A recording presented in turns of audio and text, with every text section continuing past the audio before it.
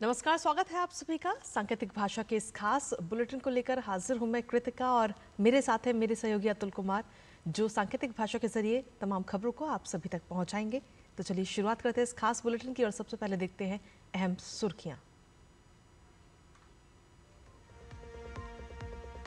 प्रधानमंत्री नरेंद्र मोदी आज दिल्ली में जैन संत आचार्य विद्यानंद जी महाराज के जन्म शताब्दी समारोह का करेंगे उद्घाटन। देश भर में वर्ष भर चलेगा आयोजन।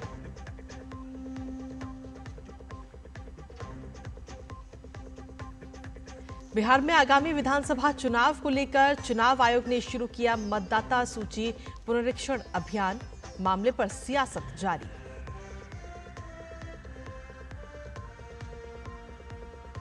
गृह एवं सहकारिता मंत्री अमित शाह गुजरात दौरे पर करेंगे कई परियोजनाओं का शिलान्यास और उद्घाटन। मंडली कोऑपरेटिव लिमिटेड के नवनिर्मित सहकारी परिसर का भी करेंगे लोकार्पण।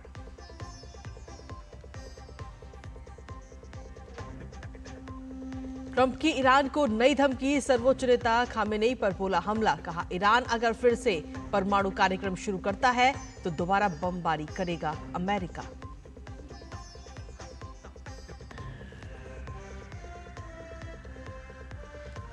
और भारतीय ग्रैंड मास्टर आर प्रज्ञानंद ने उज्बेकिस्तान मास्टर्स का जीता खिताब। 3 स्थान की छलांग लगाकर विश्व रैंकिंग में चौथे स्थान पर पहुंचे।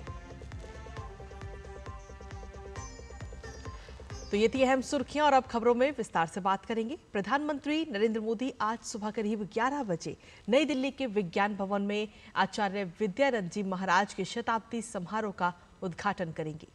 इस अवसर पर वो उपस्थित जनसमूह को संबोधित भी करेंगे। ये कार्यक्रम केंद्रीय संस्कृति मंत्रालय द्वारा भगवान महावीर अहिंसा भारती ट्रस्ट के सहयोग से आयोजित किया जा रहा है।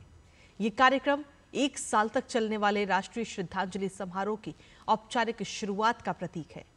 उद्घाटन समारोह में देश भर से प्रख्यात जैन आचार्य, आध्यात्मिक नेता, सांसद, संवैधानिक अधिकारी, विद्वान, युवा प्रतिनिधि और अन्य प्रतिष्ठित लोग इसमें शामिल होंगे। समारोह का आयोजन जैन धर्म के महान आध्यात्मिक नेता और समाज सुधारक आचार्य विद्यानंद जी महाराज की 100वीं जयंती पर किया जा रहा है। शताब्दी वर्ष आज से 22 अप्रैल 2026 तक मनाया जाएगा।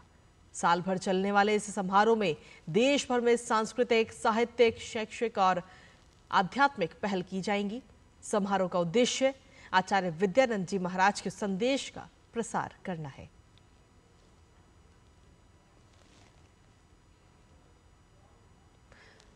और वहीं चुनाव आयोग ने बिहार में आगामी विधानसभा चुनाव से पहले मतदाता सूची पुनरीक्षण अभियान शुरू किया है।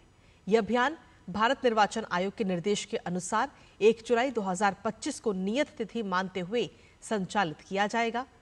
बिहार में पिछला विशेष गहन पुनरीक्षण वर्ष 2003 में किया गया था, लेकिन वर्तमान में शहरीकरण, प्रवासन, नए मतदाताओं की संख्या में वृद्धि, मृतकों के नामों का अपडेशन न होना और अवैध नागरिकों के नाम सूची में होने जैसी समस्याओं के चलते ये पुनरीक्षण बेहद जरूरी था।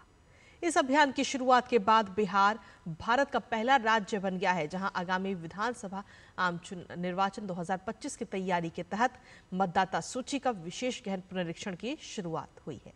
बिहार में मतदाता सूची पुनरीक्षण अभियान के तहत 26 जुलाई तक घर घर जाकर सर्वेक्षण किया जाएगा। 1 अगस्त को प्रारूप मतदाता सूची का प्रकाशन किया जाएगा। मतदाता 1 अगस्त से 1 सितंबर तक दावा या आपत्ति दाखिल कर सकते हैं। 30 सितंबर को अंतिम मतदाता सूची का प्रकाशन किया जाएगा। हर मतदाता को गणना फॉर्म भरना होगा, जिसे BLO घर घर जाकर वितरित और संग्रह करेंगे। और साथ ही आपको बता दें कि फॉर्म भरने की सुविधा ऑनलाइन voters.eci.gov.in पर भी उपलब्ध है। बिहार विधानसभा में विपक्ष के नेता और आगामी चुनाव में महागठबंधन के सीएम फेस तेजस्वी यादव ने बिहार चुनाव से पहले मतदाताओं के गहन पुनरीक्षण को सत्तारूढ़ राष्ट्रीय जनतांत्रिक गठबंधन की साजिश करार दिया है। तेजस्वी यादव ने कहा कि पुनरीक्षण का मकसद गरीब, वंचित और शोषित वर्गों के मतदाताओं का नाम वोटर लिस्ट से काटना है। साथ ही उन्होंने कहा कि 2003 में जब देश भर में नई मतदाता सूची बनी थी, तब उसे तैयार करने में पूरे 2 साल लगे थे और अब चुनाव आयोग ये प्रक्रिया 25 दिनों में पूरा करने की बात कर रहा है, ये संदेह पैदा करता है। वहीं जनसुराज पार्टी के सूत्रधार प्रशांत कुमार ने सवाल उठाते हुए कहा कि अगर चुनाव आयोग बिहार में विधानसभा चुनाव से कुछ महीने पहले मतदाता सूची में संशोधन के नियमों में कुछ बदलाव करता है तो उससे पहले जनता और सभी हितधारकों को विश्वास में लेना चाहिए। साथ ही उन्होंने कहा कि चुनाव आयोग की जनता को भरोसा दिलाना होगा कि ये प्रक्रिया पारदर्शी, निष्पक्ष है और इसमें कोई गलती नहीं की जाएगी। इसके साथ ही मतदाता सूची के वेरिफिकेशन को लेकर विपक्ष ने अपनी चिंता जाहिर की है और इसे लोकतंत्र पर खतरा बताया है। विपक्ष के आरोपों पर बिहार सरकार में मंत्री अशोक चौधरी ने कहा कि विपक्ष का काम आरोप लगाना है। उन्हें ये मालूम होना चाहिए कि ये नई बात नहीं, चुनाव होने से पहले मतदाता सूची में संशोधन होता है।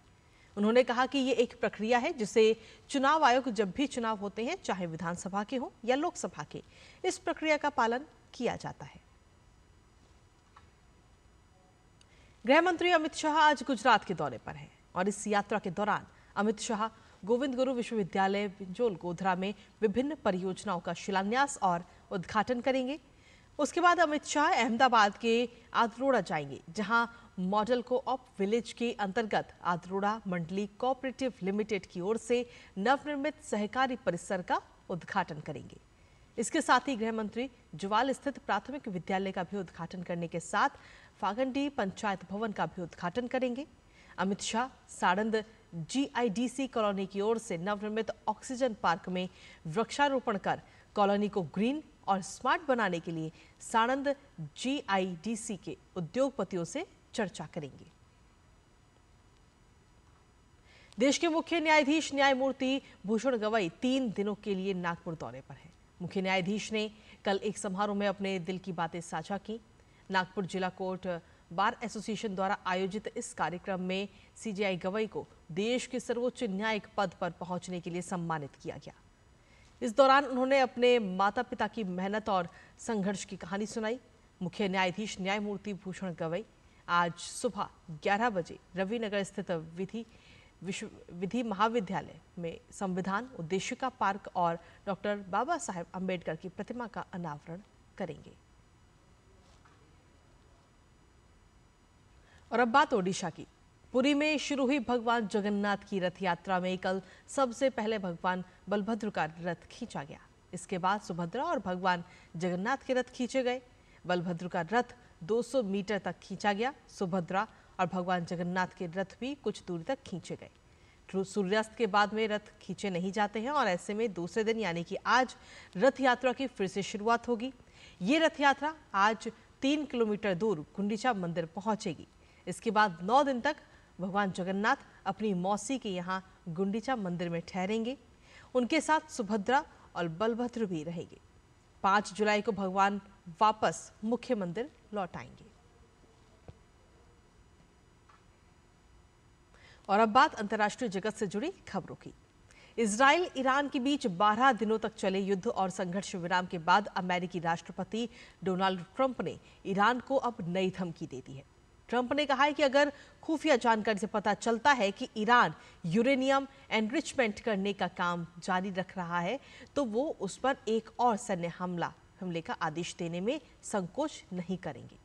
डोनाल्ड ट्रंप ने इसके साथ ही कहा कि वो ईरान से उम्मीद करते हैं कि वो अपने परमाणु कार्यक्रम को फिर से शुरू नहीं करेगा और अंतर्राष्ट्रीय निरीक्षण के लिए अपने दरवाजे खोल देगा।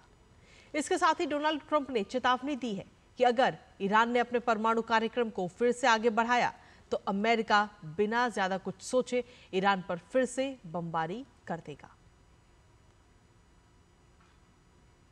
और अब बात खेल से जुड़ी खबरों की।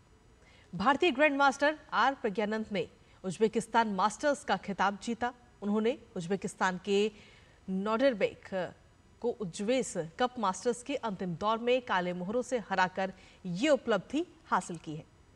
इस जीत के साथ प्रज्ञानंद की लाइव रेटिंग 2768.3 हो गई। इससे भारतीय ग्रैंड मास्टर विश्व नंबर 4 बन गए। 19 वर्षीय खिलाड़ी 3 पायदान की छलांग लगाकर चौथे स्थान पर पहुंच गए हैं। वो अपने हमवतन और विश्व चैंपियन डी गुकेश से आगे हैं, जिनके 76.6 रेटिंग अंक है। और इसी के साथ फिलहाल सांकेतिक भाषा के इस खास बुलेटिन में मुझे, मेरे सहयोगी अतुल कुमार और हमारी पूरी टीम को दीजिए अनुमति। नमस्कार।